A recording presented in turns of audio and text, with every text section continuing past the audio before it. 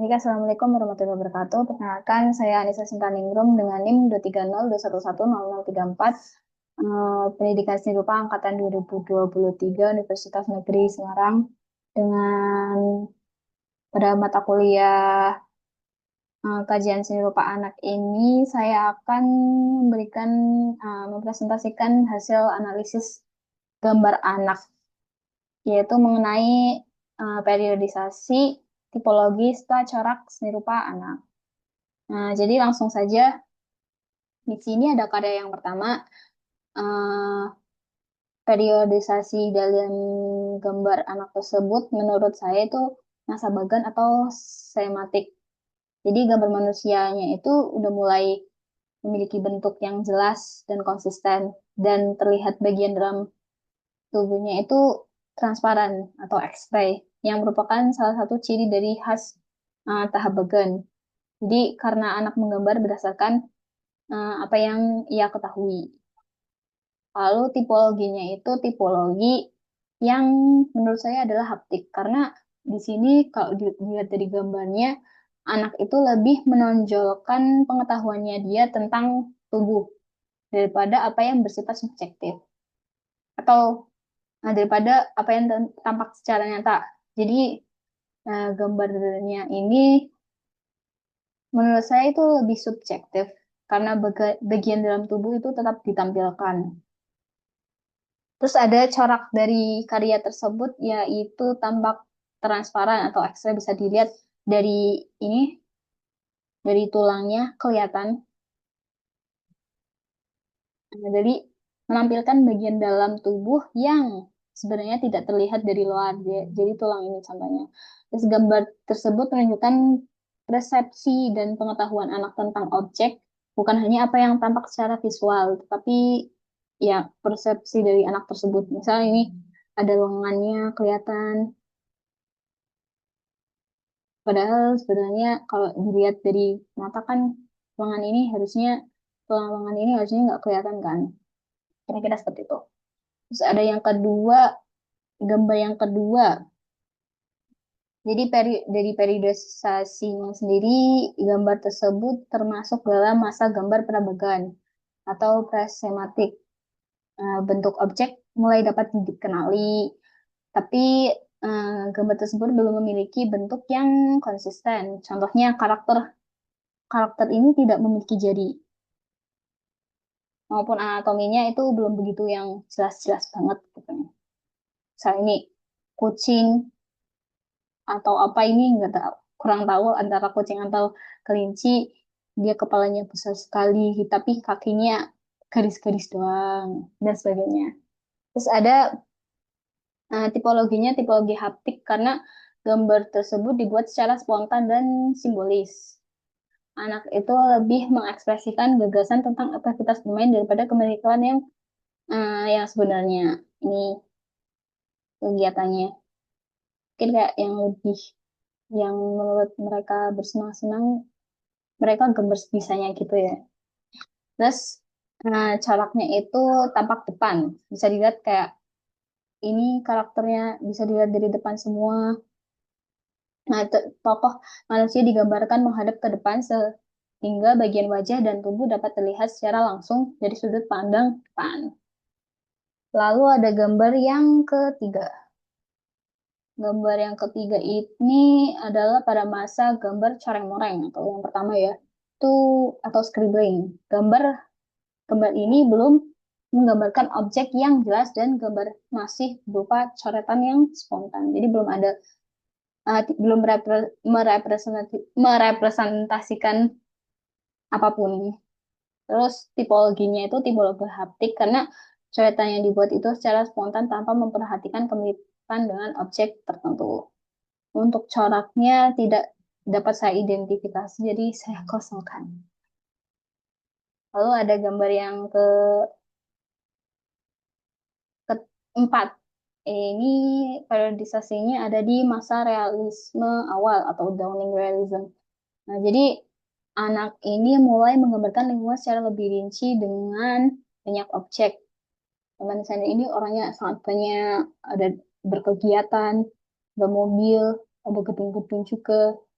Ini ada apa? Truk sampah kah? Atau ada bis. Jadi anak mulai menggambarkan lingkungan secara lebih rinci dengan banyak objek, menunjukkan kesadaran ruang-ruangnya, dan pengamatan terhadap keadaan sekitar.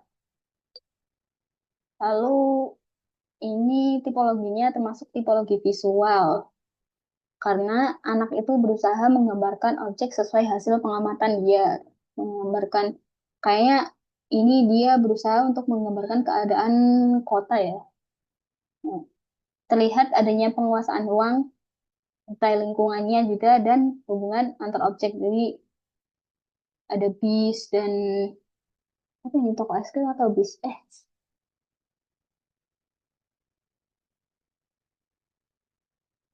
Nah, anak yang bermain sepeda dan sebagainya. Untuk coraknya itu corak tampak atas karena beberapa bagian lingkungan itu digambarkan seolah-olah dilihat dari posisi yang lebih tinggi sehingga memberikan kesan pandang dari atas. Ya bisa dilihat sendiri ini kalau menurut kita, menurut saya ini bisa dilihat dari atas. Eh, yang kelima ada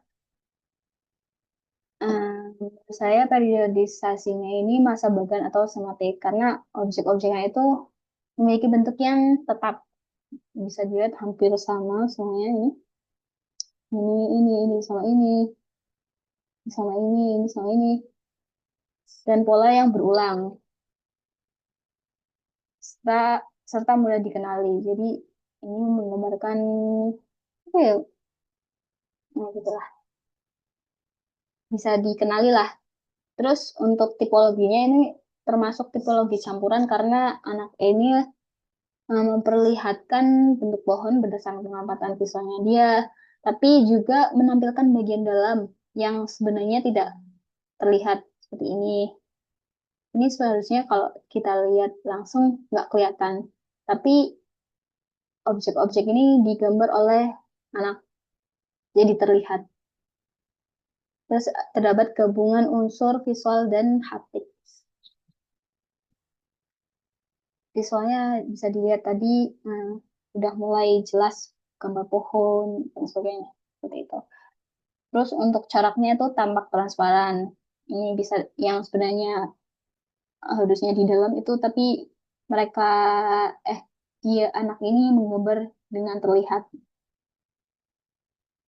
Bagian dalam pohon tetap diperlihatkan meskipun secara nyata tertutup oleh batang pohon. Nah, anak menggambarkan apa yang diketahui berada di dalam objek pohonnya yang tadi. Gambar yang keenam ada masa naturalisme semu atau pseudo naturalistik. Wajah dari gambar ini, wajah digambar dengan detail, ada arsirannya juga, bisa dilihat seperti ini. Ekspresinya mungkin, dan proporsi yang lebih realistik. Nah, anak ini berusaha menampilkan objek mendekati bentuk yang sebenarnya. Oh, segini.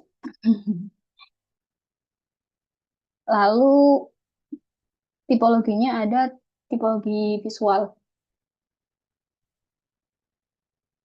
Ini bisa dilihat dari bentuk wajah, rambut, tangan, dan arsirannya dibuat menyerupai objek sebenarnya dengan detail yang cukup tinggi. Lalu ada coraknya. Coraknya itu tampak close up kayak foto KTP, enggak sih. Terlihat lebih dekat lah. Terus jadi perhatian anak terus jadi perhatian anak itu terpusat pada suatu objek utama yaitu wajah, sehingga objek digambar lebih besar dan mendominasi bidang gambar.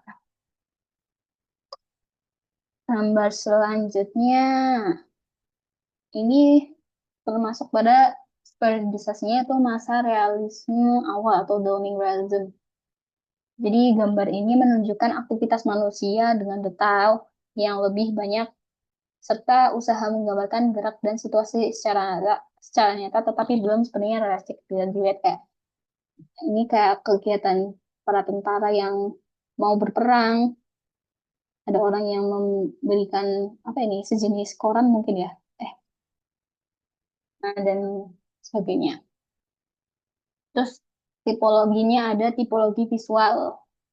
Anak ini berusaha menggambarkan tokoh, tokoh-tokohnya, pakaiannya, atribut, itu sesuai dengan bentuk yang diamati sehingga lebih representatif. Ada coraknya itu corak berbagai tampak. Dalam satu gambar ini, itu terdapat tokoh-tokoh dengan posisi dan arah yang berbeda-beda. Ada yang tampak dari depan, ada yang tampak dari samping.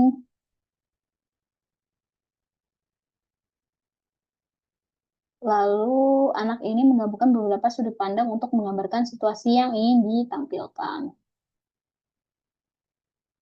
Lalu, gambar yang ke berapa ini? Ke-8. Ada periodisasinya itu sama kayak sebelumnya, itu masa realisme awal atau Dawning Realism. Ini udah mulai terdapat kesadaran ruang.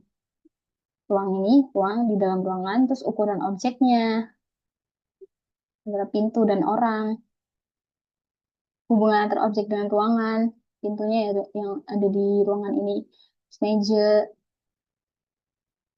foto album, terus penggambarannya lebih realistik dibanding dengan tahap pemegaan, tapi yang sebelumnya.